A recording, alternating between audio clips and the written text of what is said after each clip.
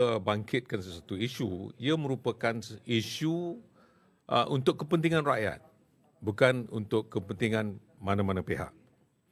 Sebab itu, minggu lepas sebagai contoh, bila kita bangkitkan semula persoalkan rakan-rakan kita yang ada dalam kabinet, terutamanya mereka daripada UMNO, yang telah pun mengatakan mereka tidak setuju dengan URA, bil atau undang-undang RUU pembaharuan semula bandar, ada di atas meja blue bill itu, dan kita bangkitkan, dan keesokannya kabinet buat mesyuarat dan tangguh tentang bil yang diletakkan di atas meja. Alhamdulillah. Minggu lepas juga kita bangkitkan tentang isu pendidikan, dan kita bangkitkan khusus kepada agenda pertama itu kemasukan murid darjah 1 yang berumur 6 tahun. Rakan-rakan saya terutamanya Datuk Seri Radhi Jidin dan Datuk Seri Saifuddin bangkitkan dan beri fokus tentang isu kemasukan murid 6 tahun dan isu infrastruktur. Dan akhirnya pada hari Selasa, kerajaan sekali lagi telah buat. Ini yang ingin saya jelaskan. Apakah isu pendidikan ini boleh kita lakukan secara flip-flop? Bukankah selama ini rakyat telah membangkitkan isu pendidikan ini dah acap kali dah, banyak kali dah cakap pasal ini. Biarlah ianya konsisten. Takkanlah isu pendidikan ini boleh kita buat dalam masa 5-6 hari tukar satu persatu. Kita dengar, mula-mula menteri kata, ini bab ini kita minta lah ibu bapa semayang istikharah. Itu yang bukan Islam. Yang Islamnya, apa Ustaz? Islam. Yang bukan Islamnya. Yang Islamnya istikharah, yang bukan Islamnya. Dan saya nak beritahu dalam Malaysia, ni bukan hanya orang Islam, ada yang bukan Islam. Dia fikir, betul juga. Dia pun buat semula, dia kata, no. Kita buatlah ujian diagnostik. Dan bila dia umum nak buat ujian diagnostik, kita juga bangkitkan. Kita kata, satu kohort 400 lebih ribu, 450 ribu mungkin. Jadi kalau dah nak buat tes diagnostik ini, 450 ribu, dia ambil masa berapa lama ni?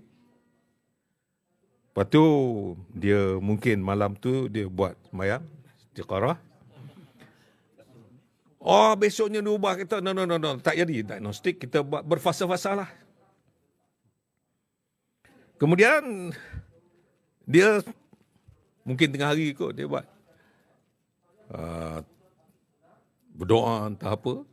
Bagi tahu dengan Perdana Menteri, tak jadilah besok pagi you masa jawab PMQT tu tolong bagi tahu bahawa diagnostik tu dibatalkan. Sekali PM pun kata, saya bersetuju dengan pendapat menteri untuk tarik balik tak ada ujian diagnostik. Apa jenis polisi dasar yang begitu besar? Orang Terengganu kata kluk-klak. Orang Putih kata flip-flop. Orang Kedah kata apa? Hormon tak balance. Orang Selangor kata apa? Orang Kelantan kata apa? Habis haru biru. Jadi orang buat ini jadi bahan tertawa, bahan ketawa saja. Ini yang saya kata ni. Janganlah macam tu. Jawa kata? Munda-mundu. Kemudian hari Selasa, baru 2 hari sudah, Perdana Menteri jawab, dalam PMQT ni, saya nak maklumkan kepada semua rakyat, dia kata kita bagi tambahan 800 juta. Masya Allah. Infrastruktur yang nak buat 450 ribu anak murid yang baru nak masuk ni, 800 juta dia sebenarnya sekolah yang kita nak bangun. Katalah satu kelas 40. Jadi kena ada lebih kurang 10,000 lah. Kita kira untuk mudahkan kira 10,000. Kalau 10,000, satu kelas berapa? Katalah 100,000. Jadi, sudah berapa juta? Sudah 1 billion ringgit.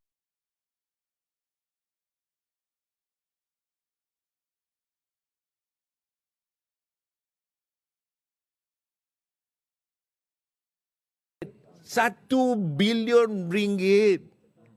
800 juta tak cukup, Perdana Menteri. Itu baru infrastruktur. Cikgu, kita nak tambahan cikgu.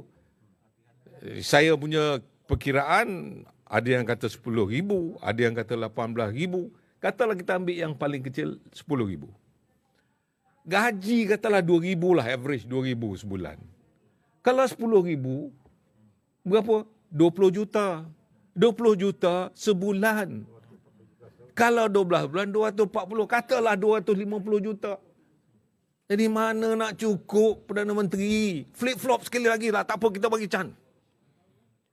Minggu depan jawab balik, tak jadi 800. Kita naikkan jadi 2 bilion ringgit. Okeylah, tak apa. Yang penting yang saya nak maklumkan bahawa apa pendapat kami ini adalah nak melihat kerajaan ini sebelum nak melaungkan atau nak mengumumkan atau nak meluncurkan apa-apa polisi sekalipun, biarlah ada benar-benar duduk, bincang, kaji dan seterusnya, barulah umum. Yang itu yang kita minta. Jangan lagi buat flip-flop. Jangan lagi buat kluk-klek. Jangan lagi lok-lang. Semua ni tak boleh lagi dah. Sebab kita nak masa depan kita yang lebih baik. Kita nak segala polisi yang kerajaan nak buat, biarlah polisi yang boleh diterima oleh rakyat, boleh diterima pakai, boleh menjadi sesuatu yang kita sama-sama banggakan. Itu isu pertama. Isu kedua, saya difahamkan bahawa kenyataan media yang dibuat oleh Jawatankuasa Pilihan Pembinaan Negara Bangsa, Pendidikan dan Pembangunan Sumber Manusia, 28 Januari. Siapa dalam mesyuarat ini? Yang Berhormat Datuk Seri Saifuddin bin Abdullah, Indra Mahkota, Yang Berhormat Datuk Haji Syamsul Kahar bin Muhammad Dali, Jempol, Yang Berhormat Tuan Sivakumar, anak lelaki Warata Raju Naidu, Batu Gajah, Yang Berhormat Datuk Muhammad Bakhtiar bin Wancik, Balik Pulau, Yang Berhormat Datuk Seri Dr. Haji Ismail bin Abdul Muttalib, Maran, dan Wabi Tuan Syed Saddiq bin Syed Abdul Rahman Muar, minta supaya pelaksanaan rancangan pendidikan Malaysia yang diumumkan baru-baru atau yang telah diluncurkan baru-baru ini, jangan terus luncur masuk ke dalam gaung. Jadi dia minta kalau boleh kaji semula, tangguhkan dulu, buat semula libat urus dan memberikan peluang kepada KPM supaya benar-benar bersedia dari segi guru, bilik darjah dan prasarana yang berkaitan. Kami ahli-ahli parlimen di sini menyokong kenyataan yang dibuat oleh Jawatankuasa ini, JKPK ini. Tahniah, mereka ni patutnya carilah seorang mereka ni jadi Menteri Pendidikan. Masuk kerajaan punya MP? Ya, ini kerajaan punya MP. Saya dah sebut nama-nama tadi, ada MP kerajaan. Ramai kerajaan daripada pembangkang. Tapi pengurusinya Indra Mahkota, pembangkang yang telah pun dipecat oleh Bersatu. You all ni jahat. Isu kedaulatan, persempadanan negara. Ini satu lagi isu. Dulu kita dah bangkitkan. Kami pihak pembangkang ini dah bangkitkan isu ini. Datuk Taqiyuddin baca undang-undang peruntukan, constitution Telah pun kita lakukan di sini juga dan minta supaya kerajaan mengkaji dan candor principle. Prinsip berterus terang itu mesti ada di kalangan kerajaan. Terutamanya Perdana Menteri. Jangan ikut sedap saja. Memang kadang-kadang sedap cakap, wah saya telah pun selesai masalah ini. Sedap cakap. Tapi kau fikir dulu. Sebab ianya adalah isu kedaulatan negara. Di Indonesia, mereka kata, merujuk kepada laporan setiausaha Badan Nasional Pengurusan Sempadan Indonesia, BNPP, Komjen Polis Makhruzi Rahman, dalam mesyuarat bersama Suruhanjaya 2 Dewan Perwakilan Rakyat DPR di Parlimen Indonesia, bahawa kenyataannya Malaysia serahkan 5,207 hektar tanah kepada Indonesia sebagai pampasan bagi 3 kampung di kawasan Nunukan, berhampiran sempadan Sabah, Kalimantan. Kita serah 5,207 hektar kerana kita nak 3 kampung ini. Saya sebenarnya nak tanya, ini isu kedaulatan. Saya dengar Perdana Menteri sendiri cakap, saya tidak akan benar 1 inci pun tanah Malaysia ini diberikan kepada mana-mana negara lain. Wow, hebat, sedap, cakap sedap. Tapi bila kita dengar, melihat kenyataan ini, bukan 1 inci. Yang Amat Berhormat Perdana Menteri Tambun, saya nak maklumkan, bukan 1 inci. Malaysia dah bagi 5,207 hektar sebagai pampasan. Ini ceritanya. Sila jelaskan perkara ni. Apa yang sebenarnya berlaku? Kita nak tanya. Indonesia beritahu hal ini berkaitan penyelesaian tentang outstanding boundary problem melalui pemeteraan MOU pada mesyuarat bersama Indonesia Malaysia ke-45. Saya nak maklumkan, di sini mereka cakap lain. Di Indonesia, cerita lain. Kami ahli parlimen rasa bimbang. Hari itu rakyat dah bangkit tentang dia tanda tangan tentang art. Perjanjian timbal balas tarif antara Malaysia dengan USA, Amerika Syarikat. Kami nak perkara seperti ini, terutamanya tentang isu kedaulatan ini, bawalah dulu dalam parlimen. Bincang. Kalau tak nak dalam parlimen pun, jawatan kuasa pun tak apa. Sebab jawatan kuasa ni penting. Engkau yang buat untuk tentukan bahawa parlimen ini adalah parlimen yang begitu hebat. Semuanya dibawa dalam jawatan kuasa. Okeylah. Kita bersetuju. Bincang tentang kuasa. Kalau kita rasa patut, kita setuju. Kalau kita rasa tak patut, kita tangguh. Kalau kita rasa lagi tak sesuai, kita tolak. Inilah dia check and balance yang saya katakan tadi. Ada sesiapa nak cerita pasal ni? Kedaulatan ini? Clear? Very straightforward issue. Itulah yang ingin saya sampaikan pada tengah hari ini. Terima kasih. Ada soalan?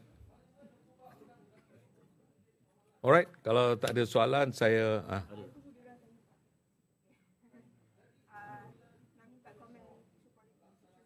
Isu yang 2 ni tak ada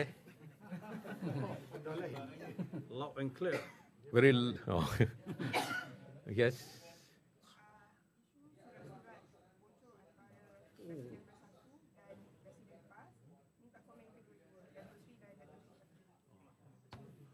Saya timbalan Presiden Bersatu. Jadi kita tanya pengurusi PN lah. Macam mana bocor, saya tak tahu ada surat tu. Betul ke ada surat tu? Jadi saya tahu. Apa surat yang bocornya, surat apa? Surat antara Tan Sri Muhyiddin dan Tan Sri Hadi Awang tentang keputusan perjumpaan 16 hari bulan. Selepas itu yang membawa kepada pembatalan mesyuarat Supreme Council malam ini yang diganti kepada Oh gitu. Kita tanya Susah Agung ada? Susah Agung. Agung tak ada. Susah Agung ada? Tak jawatan. Kita tanya Susah Agung.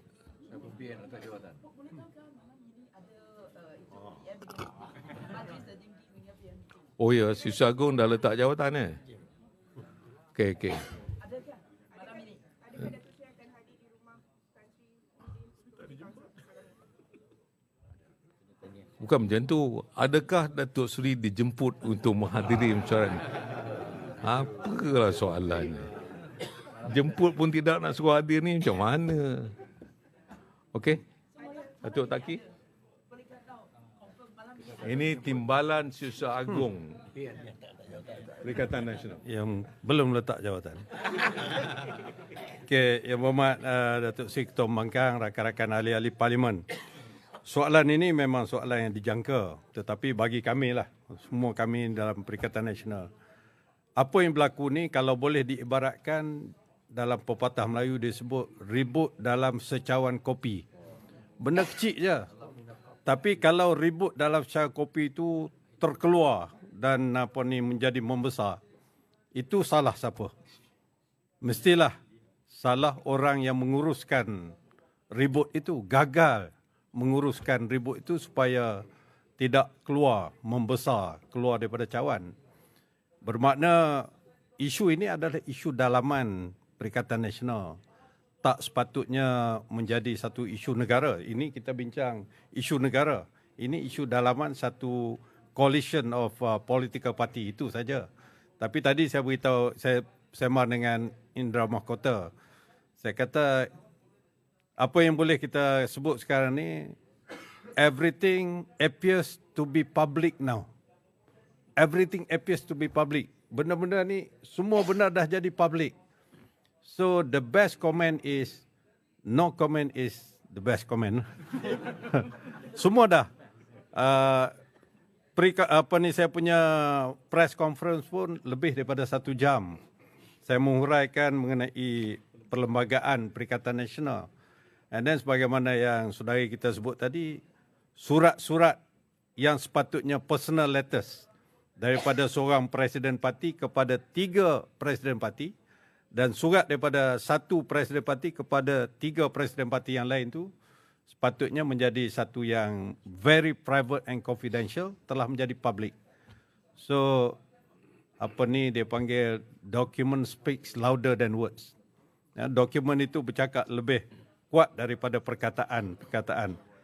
Tapi sebagai orang yang bertanggungjawab, saya boleh jawablah tadi bahawa apa yang dibuat oleh pihak kami dalam Perikatan Nasional yang masih lagi wujud, yang dah tak wujud tu, pengurusi Perikatan Nasional pada 30 hari bulan Disember 2025 telah secara rasminya membuat satu surat dan kenyataan media.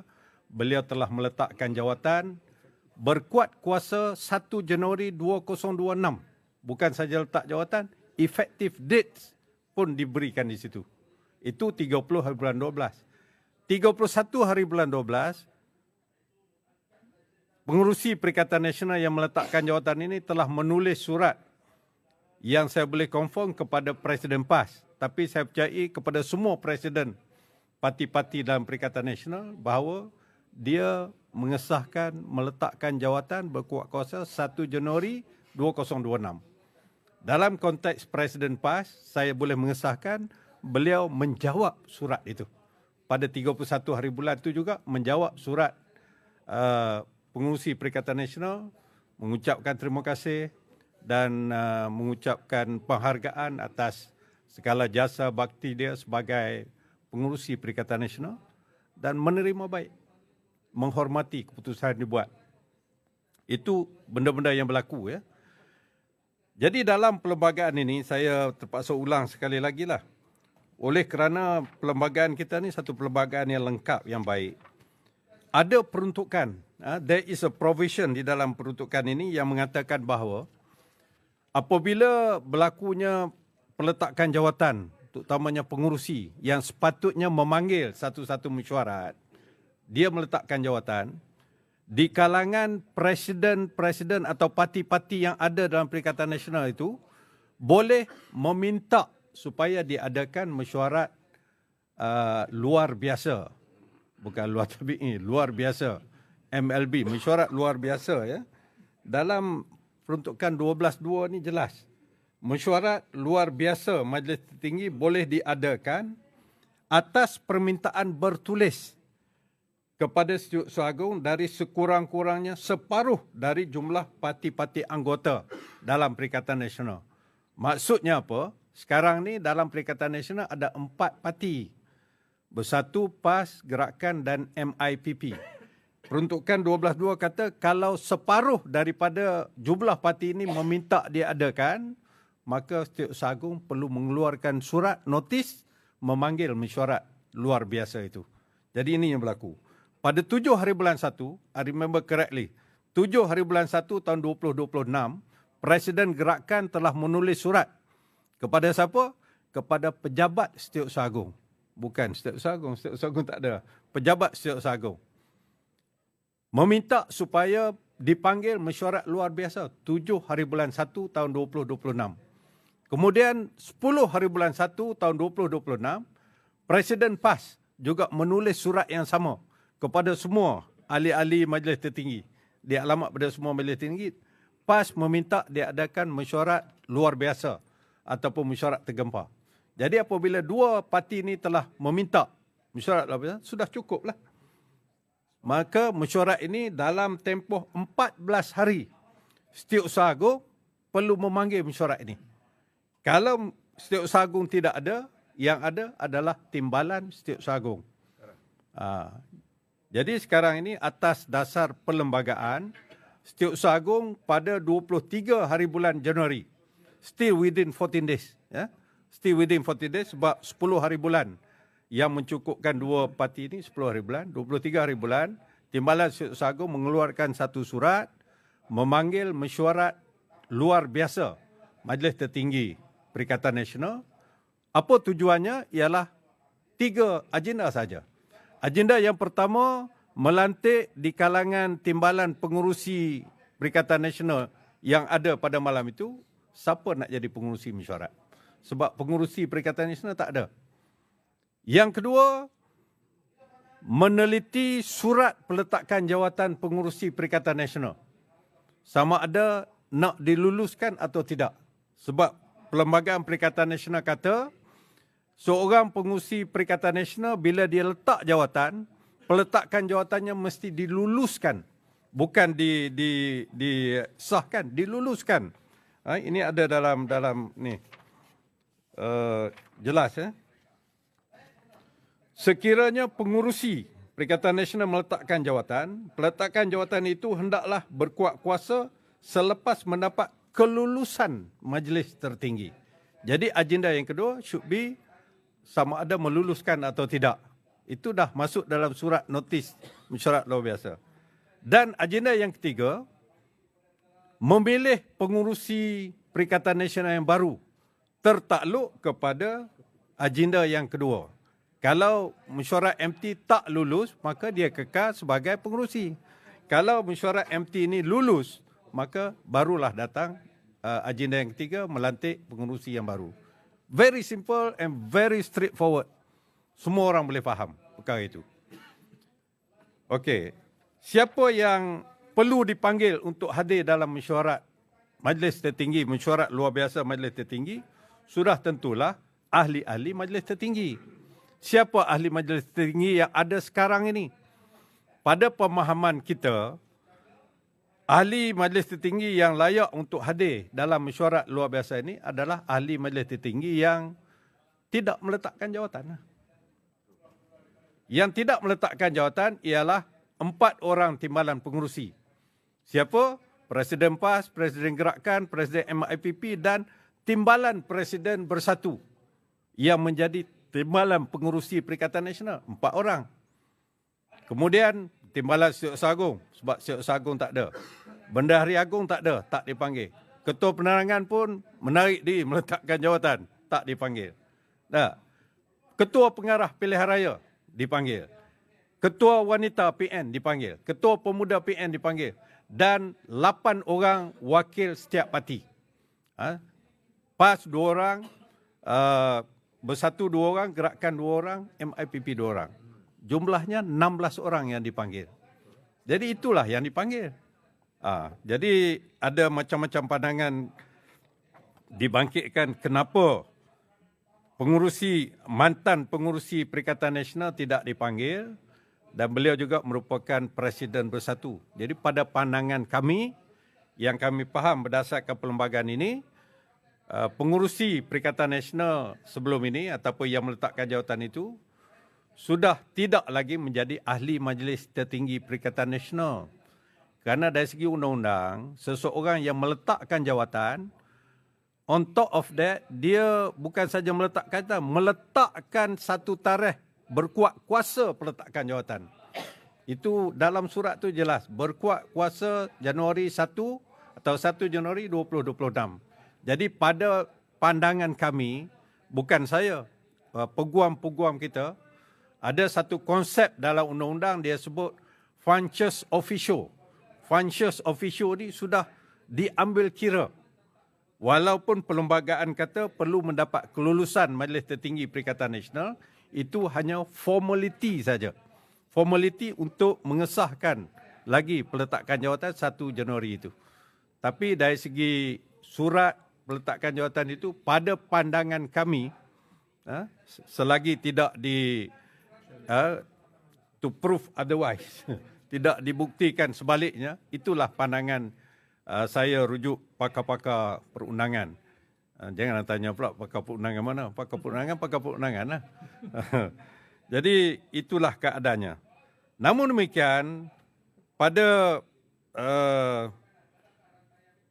hari yang lepas, tiba-tiba kalangan presiden-presiden parti anggota Perikatan Nasional selain daripada Bersatu telah menerima satu warkah surat daripada Yang Berhormat Presiden Bersatu. Bukan Perikatan Nasional. Presiden Bersatu telah menulis surat kepada semua presiden-presiden parti anggota, PAS, Gerakan, MIPP, ada dalam surat tu address, memanggil ketiga-tiga presiden ini hadir dalam satu mesyuarat yang dipanggil mesyuarat pre-council. Saya duk cari dalam perlembagaan ni tidak ada apa-apa premis yang menunjukkan, tak tahulah atas apa asas. Adakah atas asas Majlis Presiden Perikatan Nasional? Setakat yang saya tahu tak ada lagi. Tak pernah ditubuhkan, walaupun ada dalam perlembagaan kita, Majlis Presiden sudah ada, tetapi tidak pernah ditubuhkan. Tak tahu siapa dalam itu, dalam sebagai pengurusi ke dan sebagainya. Memang ada fasa 7A ni Majlis Presiden. Setakat yang kita semua maklum, Majlis Presiden Perikatan Nasional tidak pernah ditubuhkan. Jadi boleh jadi panggil untuk minum kopi itu saya tak tahulah. Tapi yang agak seriusnya, dalam surat tersebut, Yang Berhormat Tan Sri Presiden Bersatu menyatakan bahawa mesyuarat luar biasa yang dipanggil oleh Timbalan Setiausaha Agung adalah tidak wajar dan sepatutnya dibatalkan. That was the very word digunakan. Adalah satu tindakan yang tidak wajar dan sepatutnya dibatalkan. Mesyuarat luar biasa ditetapkan pada 29 hari bulan Januari, iaitu hari ini, jam 8.30 pagi, bertempat di 8.30 malam, bertempat di Ibu Pejabat Parti Gerakan Rakyat Malaysia di Ceras, Jalan Pudu Ulu di Ceras, yang sepatutnya ada pada malam ini, pada pandangan Presiden Bersatu, perlu dibatalkan. Jadi atas dasar itu, Timbalan Setiausaha Agung Perikatan Nasional dalam keadaan untuk mengawal ribut dalam cawan ini, telah mengeluarkan satu notis membatalkan call off the meeting tonight. Membatalkan itu atas dasar macam mana nak buat mesyuarat. Sebab presiden-presiden parti anggota 3 lagi ni telah dipanggil pada tarikh yang sama, masa yang sama, tetapi di tempat yang berbeza. Tak mungkin satu orang boleh hadir pada tarikh yang sama, tempat yang sama di dua lokasi yang berbeza. Jadi itulah rasional kita membatalkan ataupun membatalkan semula lah.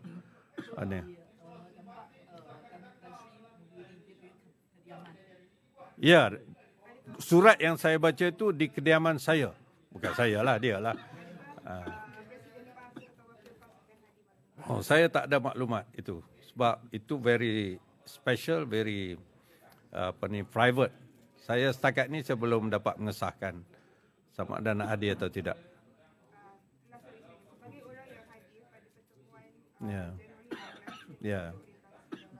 Mhm. adakah hari ini Datuk Seri boleh sahkan bahawa konsensus itu memang tidak dibincangkan Konsensus yang mana? seperti yang dirujuk dalam surat Ya. Which part of the letter? Be precise.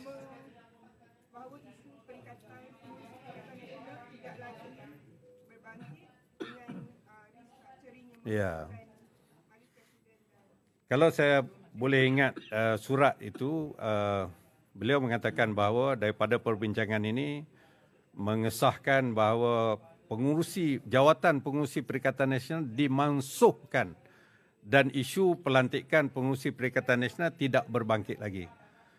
Saya melihat juga surat daripada Presiden PAS kepada Presiden Bersatu Tan Sri Muhyiddin.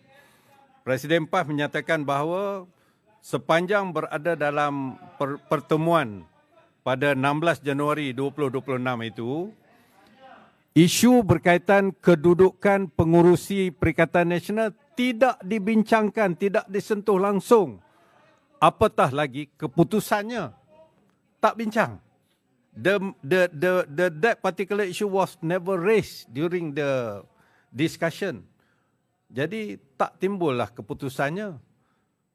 Dan kalaupun itu dianggap satu benda yang dipercayai diputuskan, Presiden PAS dengan jelas mengatakan bahawa PAS tidak bersetuju pengurusi Perikatan Nasional perjawatan itu dimansuhkan. Ianya mesti kekal sebagaimana ada dalam perlembagaan. Perlembagaan dengan jelas menyatakan bahawa Perikatan Nasional ditadbir oleh satu majlis tertinggi. Ya. Segala urusan Perikatan Nasional hendaklah ditadbirkan oleh majlis tertinggi yang berfungsi sebagai badan tertinggi Perikatan Nasional. Majlis tertinggi hendaklah mengandungi pengerusi, timbalan, Setiausaha Agung dan semua sekali lah. Jadi pendirian PAS dengan jelas berdasarkan surat Presiden PAS, kami mahu struktur Perikatan Nasional kekal sebagaimana di dalam perlembagaan. Tak boleh diubah. Kalau diubah, ianya satu unconstitutional. Satu tindakan yang tidak berperlembagaan dan mungkin satu tindakan boleh diambil oleh pihak berkuasa, terutamanya pihak ROS, Pendaftar Pertubuhan. That is very clear. Dan itulah keadaannya. Ya. Okay. I rest my case.